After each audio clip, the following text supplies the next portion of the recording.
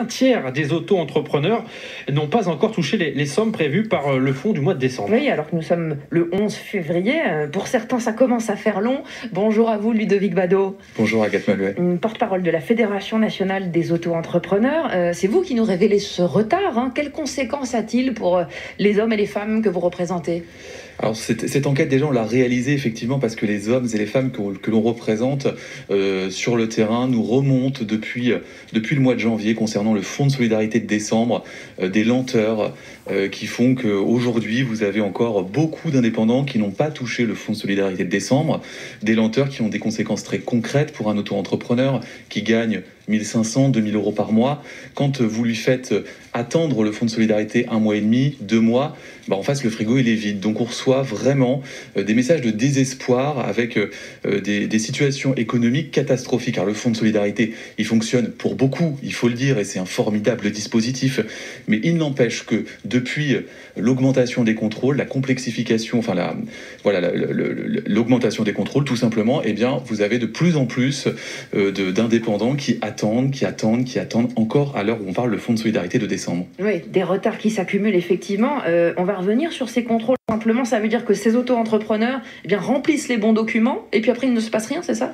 Vous avez plusieurs cas de figure. Vous avez effectivement ce qu'on appelle traitement en attente. Lorsque le dossier est en attente depuis 1 semaine, 2 semaines, 3 semaines et qu'il ne se passe rien sur l'interface impôt.gouv de l'auto-entrepreneur et qu'il doit relancer son SIE, téléphoner au SIE. C'est-à-dire qu'on leur répond, votre dossier est en attente de réponse, dossier est en attente, ou alors on a des rejets injustifiés, on en a de plus en plus. Donc on voit qu'il y a des dysfonctionnements.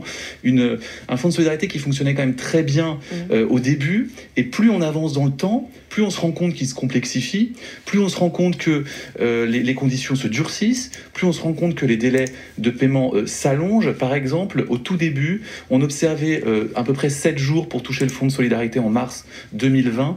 Aujourd'hui, on tend à 1 à 2 mois. 1 à 2 mois pour des gens qui en ont vraiment besoin. Le fonds de solidarité, à la base, c'est tout de même un fonds d'urgence.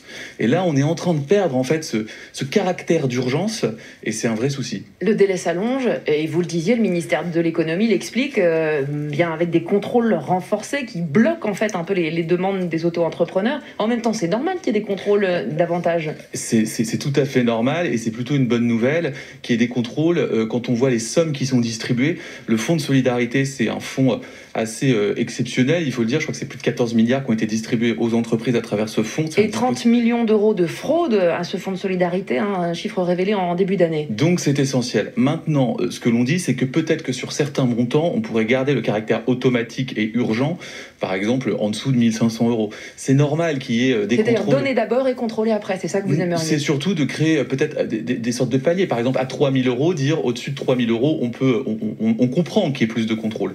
En dessous, par exemple, de 3 000 euros, c'est plus difficile à expliquer, et surtout quand on est en dessous de 2 000 ou de 3 000 euros ou de 1 000 euros de demande d'aide, on en a vraiment besoin.